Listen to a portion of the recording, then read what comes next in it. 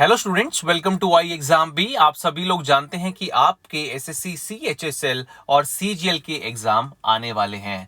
तो उसी को ध्यान में रखते हुए आज हम सिलॉजिज्म के बेसिक को डिस्कस करेंगे हमारी पार्ट 1 की वीडियो में। तो जितने भी टाइप के स्टेटमेंट्स होते हैं सिलॉजिज्म में, आज हम उनको कवर करने वाले हैं। पूरा बेस से हम सीखेंगे कि सिलॉजिज्म चैप्टर होता क्या है। अगर आपको लगता है कि आपके दोस्त का चैप्टर वीक है तो प्लीज ये वीडियो उसके साथ शेयर कीजिए, हमारे चैनल को लाइक कीजिए और सब्सक्राइब कीजिए। और अगर आप एक बेहतर कोर्स की तलाश में हैं और CHSL 2021 की प्रिपरेशन कर रहे हैं तो इस नंबर पे कॉल करना मत भूलिए। आपकी जितनी भी क्वेरीज होंगी वो चुटकियों में सॉल्व कर दी जाएंगी। तो चलिए आज का चैप्टर स्टार्ट करते हैं। तो सिलॉजिज्म आपका लॉजिकल रीजनिंग का पार्ट होता है दोस्तों, जो दो या दो से ज्यादा स्टेटमेंट को ज्वाइन करके किसी कंक्लूजन पे आपको पहुंचाता है। तो बेसिकली आपको क्वेश्चन किस प्रकार के दे रखे होते हैं, इसमें आपको 2 या 3 स्टेटमेंट दे रखी होती हैं। उन स्टेटमेंट की हेल्प से आपको एंटिटीज के बीच में रिलेशनशिप एस्टैब्लिश करना है। वो आप वेन डायग्राम की हेल्प से भी कर सकते हो। तो आपको स्टेटमेंट के आधार पर रिलेशनशिप एस्टैब्लिश करना है with the help of Venn diagram. Then conclusion को चेक करना है वन बाय वन, क्या कंक्लूजन मैच हो रहा है अकॉर्डिंग टू योर स्टेटमेंट और नॉट। दोस्तों, हम स्टेटमेंट के टाइप समझेंगे कि कितने प्रकार के स्टेटमेंट के टाइप होते हैं और उनका वेन डायग्राम हम कैसे बना सकते हैं। तो वन बाय वन समझते हैं। अगर आपको ऑल ए आर बी दे रखा है स्टेटमेंट में, यानी सभी ए बी हैं, तो आप उसका डायग्राम दोस्तों कुछ इस प्रकार बना सकते हैं। ठीक है, इसमें क्या है, आपके सारे के सारे ए बी हैं, तो इस तरीके से आप डायग्राम बना सकते हैं। अगर आपको दे रखा है ए बी के बराबर है तो उसका डायग्राम आप कुछ इस तरीके से बना सकते हैं। अगर आपको दे रखा है नो ए आर बी, यानी ए और बी के बीच में कोई रिलेशन नहीं है, तो उनका डायग्राम आप अलग अलग सर्कल द्वारा बना सकते हैं जो आपस में इंटरसेक्ट नहीं हो रहे हैं। अगर आपको स्टेटमेंट में दे रखा है कि सम ए आर बी, इसका मतलब क्या होगा कि कुछ ए बी हैं, तो इसका डायग्राम आप कुछ इस तरीके से बना सकते हैं। यानी दोनों आपस में इंटरसेक्ट कर रहे हैं और जो उनका कॉमन पार्ट है वो ये कह रहा है कि सम ए आर बी है, यानी कुछ हिस्सा ए का बी में है, तो सीधी सी बात है कुछ हिस्सा बी का ए में भी होगा। तो वाइसा वर्सा दोनों चीज पॉसिबल हैं, दोनों चीज ट्रू हैं। तो इस चीज का आप ध्यान रखें। आपको अगली स्टेटमेंट में दे रखा है कि some A are not B, तो आप इसको किस तरीके से रिप्रेजेंट कर सकते हैं। आप इस फिगर को फॉलो कर सकते हैं जिसमें आपको दिखा रखा है कि some portion of A is not included in B. और अगर मैं अदर पार्ट ऑफ ए की बात करूं तो इसमें हम अनसर्टेन है, क्योंकि हमें स्टेटमेंट में सिर्फ इतना ही दे रखा है कि some A are not B. पर इसका मतलब ये नहीं है दोस्तों कि some A are B definitely true होगा, because we are not sure. क्योंकि हमें स्टेटमेंट में सिर्फ इतनी ही बात दे रखी है कि भाई कुछ हिस्सा ए का बी में नहीं लाई करता। तो we are uncertain about other part of A whether it is included in B or not। तो दोस्तों, कुछ टिप्स बता देता हूं कि जब भी आप सिलॉजिज्म का क्वेश्चन सॉल्व करने जाएंगे तो आपको किन चीज़ों का ध्यान रखना है। सबसे पहले आप अपने क्वेश्चन को थॉरोली पढ़ने वाले हैं, जल्दबाजी में उस क्वेश्चन को नहीं पढ़ने वाले। उसके बाद आप वेन डायग्राम बनाना स्टार्ट करेंगे basis on the statement given to you. ठीक है, उसके बाद आपको क्या करना है, आपको सीक्वेंस ऑफ द क्वेश्चन का ध्यान रखना है। जिस सीक्वेंस में आपको स्टेटमेंट दे रखी है उसी सीक्वेंस में आपको अपने वेन डायग्राम को ड्रॉ करना है, और जो भी आपका वेन डायग्राम बना है उसी के आधार पर आप कंक्लूजन चेक करेंगे और लास्ट में आप ऑल्टरनेटिव सॉल्यूशंस भी ढूंढेंगे कि क्या क्या ऑल्टरनेटिव सॉल्यूशन बन सकते हैं basis on that particular Venn diagram। तो अभी घबराइए मत, मैं हर एक टाइप का क्वेश्चन आपको सॉल्व करके दिखाऊंगा, तो बी पेशेंट अबाउट इट। दोस्तों, कभी कभी जो एग्जामिनर होता है वो ओनली शब्द का प्रयोग कर देता है आपकी स्टेटमेंट में, जिससे बच्चे कंफ्यूज हो जाते हैं।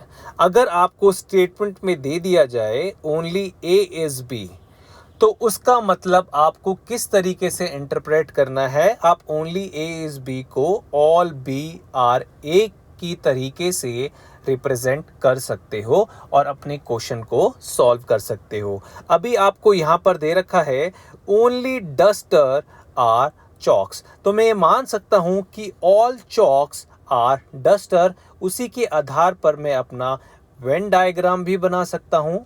ठीक है, आपको नेक्स्ट स्टेटमेंट में दे रखा है कि सम डस्टर आर डेस्क। ठीक है, ये आपका डस्टर का रीजन है, कुछ डस्टर आपके डेस्क हैं। ठीक है, तो ऐसा भी हो सकता है ना दोस्तों कि डेस्क का ये जो रीजन है वो यहाँ तक भी हो सकता है। तो ये पॉसिबिलिटीज या ये ऑल्टरनेटिव्स आपको ध्यान रखने हैं। इसके बाद दे रखा है कि सारे के सारे डेस्क मैट्स हैं, यानी सारे के सारे डेस्क क्या हैं, आपके मैट्स। तो आपने वेन डायग्राम बना लिया अपनी स्टेटमेंट के आधार पर। अब आपको चेक करना है कंक्लूजन। तो पहला कंक्लूजन क्या दे रखा है, all desk being duster is a possibility. क्या सारे के सारे डेस्क डस्टर हो सकते हैं, क्या ये पॉसिबिलिटी है? तो जी हाँ, ये पॉसिबिलिटी बिल्कुल है, क्योंकि आपको स्टेटमेंट में दे रखा था कि सम डस्टर आर डेस्क। अगर मैं डेस्क को यहाँ पर बना दूँ तो मैं कह सकता हूँ ना कि कुछ डस्टर डेस्क हैं। तो ये स्टेटमेंट के आधार पर जो आपने ऑल्टरनेटिव सॉल्यूशन सोचा डेस्क को अंदर बना के, तो इस स्टेटमेंट के आधार पर मैं कह सकता हूँ ना कि all desk being duster is a possibility. तो बिल्कुल पॉसिबिलिटी है, तो ये कंक्लूजन मेरा ठीक हो जाएगा। आपको दे रखा है कि some mats are definitely not dusters. क्या कुछ मैट आपके डस्टर नहीं है, ये डेफिनेट है। तो आपको ये चेक करना है। मान लो ये जो मैंने डेस्क का रीजन बनाया, इसके आधार पर मैं बनाता हूं कि ऑल डेस्क आर मैट्स। तो मैं ऐसा कुछ बना सकता हूं कि ऑल डेस्क आर मैट्स। उसके बाद आप ये देखो कि some mats are definitely not duster. यहाँ पर तो सारे के सारे मैट्स आपके डस्टर दिखाई दे रहे हैं। तो ये क्या हम डेफिनेट है, हम 100% ट्रू हैं क्या? बिल्कुल नहीं दोस्तों, तो ये कंक्लूजन गलत हो जाएगा। उसके बाद आपको दे रखा है कि नो मैट्स आर चॉक्स। तो इसकी भी कोई लिमिटेशन नहीं है दोस्तों। मैट्स और चॉक के बीच में स्टेटमेंट में कोई रिलेशन नहीं दे रखा। ये मैट का रीजन कितना भी बड़ा हो सकता है। वी आर नॉट 100% श्योर कि नो मैट्स आर चॉक्स। तो ये भी कंक्लूजन गलत हो जाएगा। तो सिर्फ आपका पहला कंक्लूजन ठीक होगा और आंसर होगा ओनली वन फॉलोज। कभी कभार एग्जामिनर ओनली फ्यू का भी यूज कर लेता है। तो अगर आपको only few A are B दे रखा है, तो उसका मतलब आप ये समझ लेना कि कुछ ए बी हैं और कुछ ए बी नहीं हैं। तो इस तरीके से आप डायग्राम बना सकते हो अपना सम ए आर बी का, जिसमें आपको ये ध्यान रखना है कि कुछ ए आपके बी हैं और कुछ ए आपके बी नहीं हैं। तो only few birds are wing, यानी some birds are wing and some birds are not wing. तो आप अपना डायग्राम कुछ इस तरीके से बना सकते हैं। उसके बाद आपको दे रखा है कि ऑल विंग्स आर ग्रे। तो इस तरीके से आप अपना डायग्राम बना सकते हैं। उसके बाद दे रखा है कि सम ग्रे इज कलर, यानी कुछ ग्रे कलर हैं।